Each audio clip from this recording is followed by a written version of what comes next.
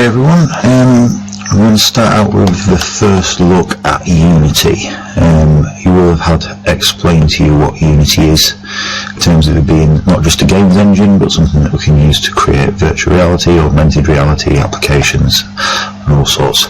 I'm going to do a quick tour through the layout, and then I'm going to show you how to create a basic terrain. We'll then move into something that I've done off camera, just got a bit more into it, and we'll see what the sort of thing that you can do, and then try and put it all together. Okay, so in terms of opening a project in Unity, the first thing that I usually do, and it depends which version you're using, but I usually import the Unity standard assets. So to do that, you would import package, custom package, and click on, once you downloaded it, the Unity standard assets. I've already done it because it takes a while, so I'm not going to press open, but it just, once it imports it, you can see it down here, and then it's got a load of things that we'll look at, but that you can start to import into your scene. Okay, so over in the middle we have our scene. This is what we'd call the editor. Okay, so this is where we edit our scene, and a basic project starts out with the scene, a camera, which you can see here, and the directional light. Okay, which is directional light means it shines in one direction from everywhere. Okay, so you don't have to place it in a specific place like a spotlight. Okay, it just comes from like infinitely far away, so you can look at it very much like the sun. Okay, on the left hand side we have what is currently in our scene. Okay, so what's currently open in our scene or our game or our app or whatever we're doing, this is what's currently available. So if we put terrain in there, the terrain will appear. If we've got objects in there, first person control and so on, that will all appear on the left hand side down here. Okay, at the bottom what we have is what's currently in the folder we have open. So at the moment we've got assets, so the assets folder is usually everything that's open in our project. So if you think of a project as a game and the scene as maybe a level or a world or a track or whatever it is you're making. Okay, so this would usually incorporate everything. Okay, you can create folders as well as a lot of other things, so you can organize it. Okay, but for the most part, when you're building a basic scene, you wouldn't need to do that. Okay, at the top here we have another tab called Game. This is how our game looks. Okay, so this would be how it looks from the start. Okay, so this is particularly useful when you're doing menu systems and UI, because you can place things where you want them. But at the moment we can't see anything because we've just got a camera and a light. We don't even have a floor. Okay, on the right hand tab we have access to the Unity Assets Store. This is where we can search for things, download things. It imports on directly into Unity. Okay. At the top we have essentially our play button. This will preview our game, so if we are in our scene and we press play, it will then preview what happens, and obviously that depends very much on what we've asked to happen. Big warning before you do anything, any changes you make with this play button pressed, when you unpress it, which you have to do at some point, all of those changes will go. So the most important thing at the moment with Unity tool rules, keep saving everything, and when you've previewed your game, press that, because the amount of people that I've seen spend an hour, 2 hours looking at assets, importing things, writing scripts, and then pressing the play button to realise that they haven't switched it off, and everything they've just done goes. So the purpose of this is, this particular part is not to create something that looks amazing. The purpose is to show you where the buttons are, and then you can pause and I'll bring in something that I spent more time on. while you have a go at your own. Okay, so the first thing we need for Unity for a game environment is a terrain. Okay, so our terrain lies under the game object, 3D object, terrain. Okay, and on the right hand side, the only part I'm showing you for the layout at the moment, we have our inspector, and our inspector shows all the properties for the individual item that we have selected. So these are the options for the terrain, these for the light, and these for the camera. So you can see that they differ very much depending on what we've got selected. Okay, a little trick with Unity: if we have our mouse hovered over the scene and we press F for focus, it will zoom to whichever object we have selected. Okay, so our object here is a terrain, and depending on how far you are zoomed in or zoomed out, it can look like a small square. This is a reasonable sized level. Okay, so if I put a first person controller at this bottom corner and press play and walked to the far end, it will take me several minutes.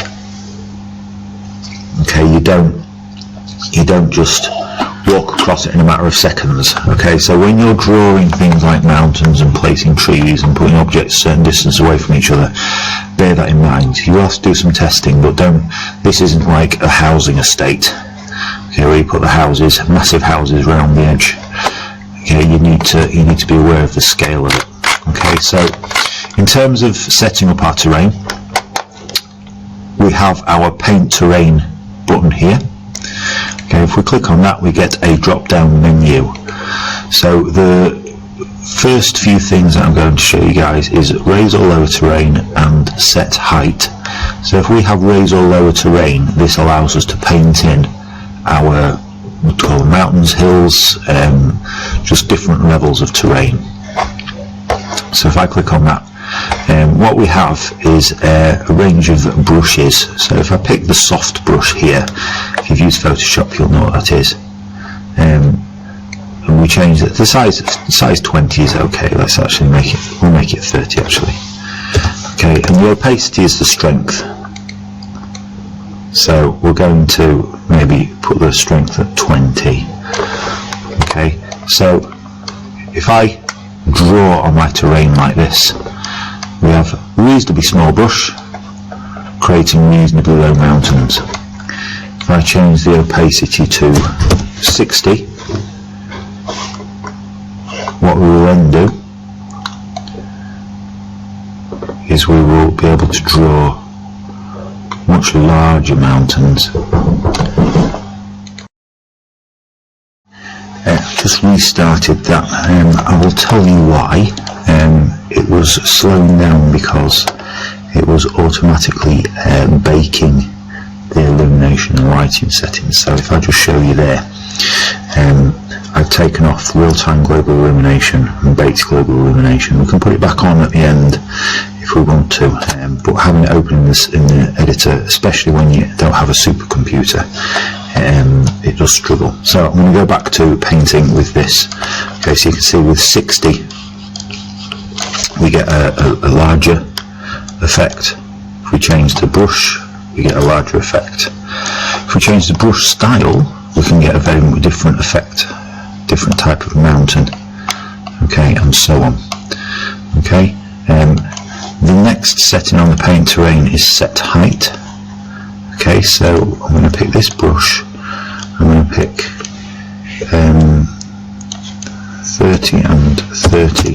I'm also going to set the height as 10. Okay.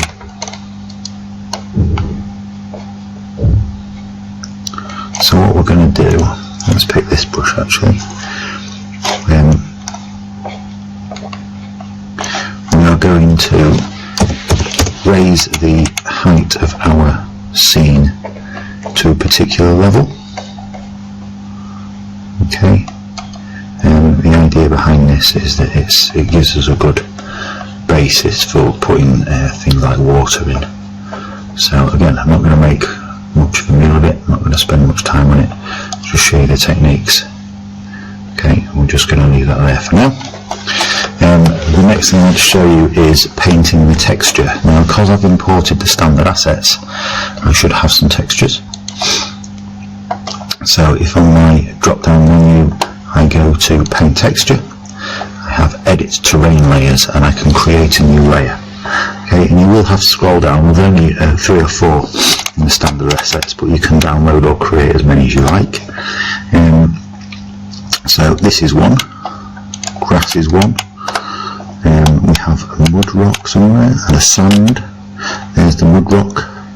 Okay, so let's go for mud rock. The first texture that we pick, when we double click, it will put it all over the texture. The second texture we pick, so let's say that's grass, we then have 2 textures.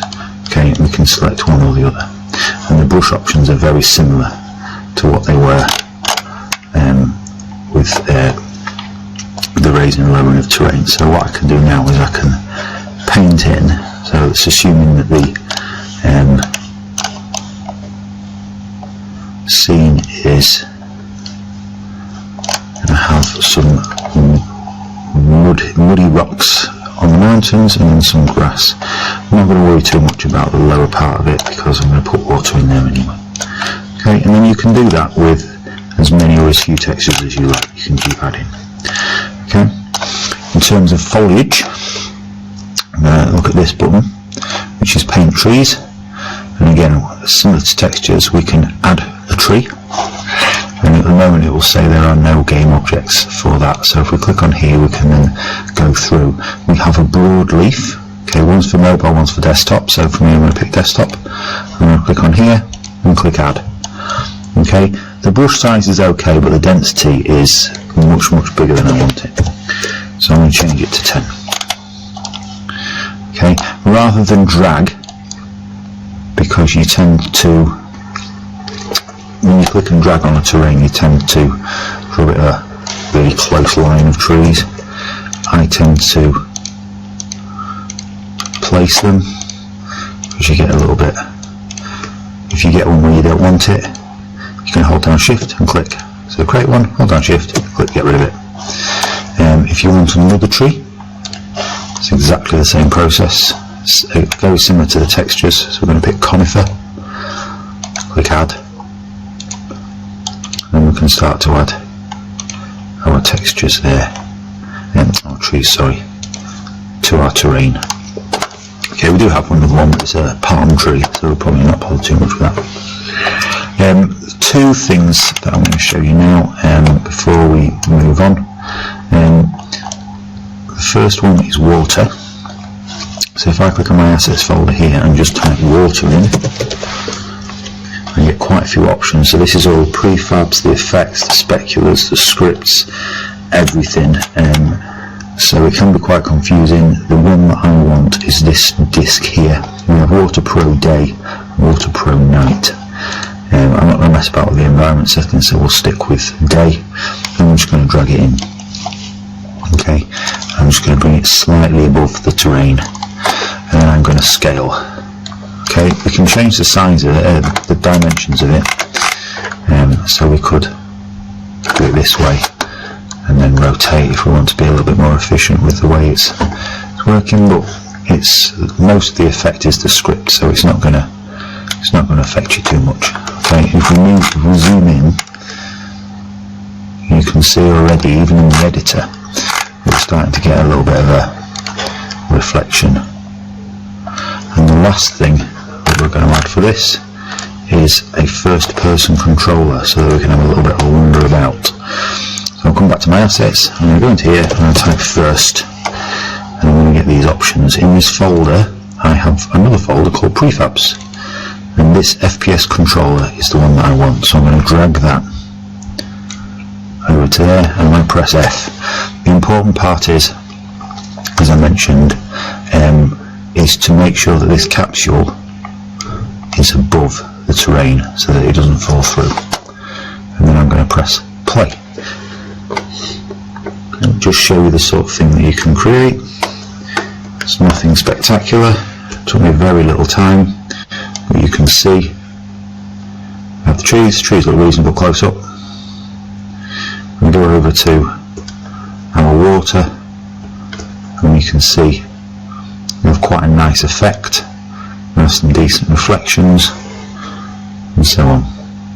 Okay, so that is how to create the basic parts of a terrain in Unity.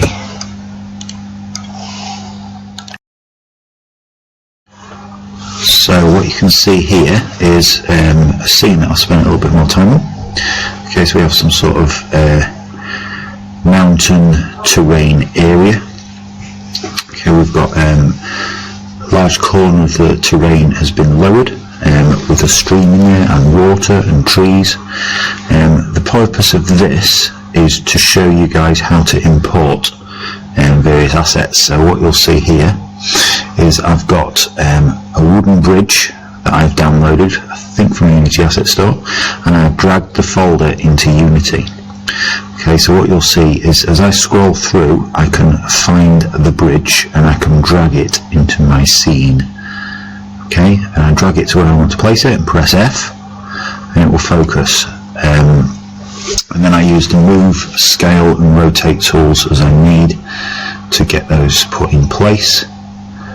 Okay, obviously I'm getting this to be some sort of walkway out. I'm going to have some boats parked up next to it, so I need to put this at the right height.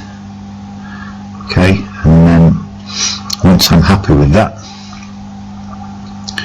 okay, what I'm going to do is I'm going to create another one. So I'm going to right click, I'm going to go to duplicate, and it will create another bridge, and then I just move it out, and then I'm going to do this a second time. Okay, just try and line those planks up, and then right click, duplicate again, and move it out. When I'm happy with that, I'm going to test it, because something that you'll see with this particular asset is something that you'll find with a lot of them, especially things like houses that you can walk through like they never existed. The only issue with this is that I managed to put my FPS quite away from the bridge, but at least you get to see the scale of the terrain and how it affects, even though it looks quite small on the actual editor, how it can be quite deceptive. Okay, so as we go up to it, it's going to be very much an anticlimax. As we get up to the walkway, we'll use our first person controller to walk along, get to the walkway, and then we end up on the floor. Okay, another note is obviously looking up through water, it might as well not exist. You only see the water from the top. Okay, so what I'm going to do is, with my bridges selected, I'm going to add a mesh collider. So it's under component, physics, mesh collider. Okay, so it will actually take the mesh of that object and provide a collider to it. I'm also going to be less of a wally this time. I'm going to move the first person controller way closer, so that you don't have to watch me walking across sand again. Okay, so if we press play this time, fingers crossed, you should see that. Okay, let's try that again. That's what I mentioned in the first part, is because it was at a different height, it's now gone under the terrain. So the first person controller is now under the terrain, so I just need to make sure that I can see that capsule again, and then it'll sit on the terrain. If it starts underneath the terrain, it just falls. If you've got nothing under that, it will just fall until you stop it. Okay, so now we've got that built, and the mesh collider's on, we should, again fingers crossed, be able to walk along. Okay, and because it's a mesh collider, you do get that kind of bump between the planks. You can put things like box colliders on, but the box collider will take into account these poles. Okay, so it might not work exactly as you want it. Okay, but essentially that's how to import, place and add an asset.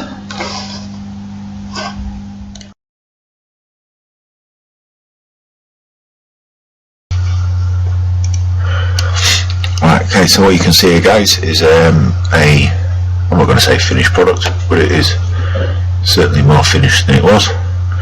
So I have imported quite a few assets from the Viking Village that is available on Unity Asset Store. I've also imported some things from the starter pack, which is mainly the boats, although I did have to retexture them. So I'm just going to show you very quickly how to organise things. So I've created an empty game object. I'm just going to name structures, and then I can place these objects in it. It's basically just a folder. If you don't put an actual set of properties onto it, it can just be used to store things, just to keep your scene a little bit more organised. Okay, so in terms of the final scene, very quick walkthrough. Wait for Unity to catch up.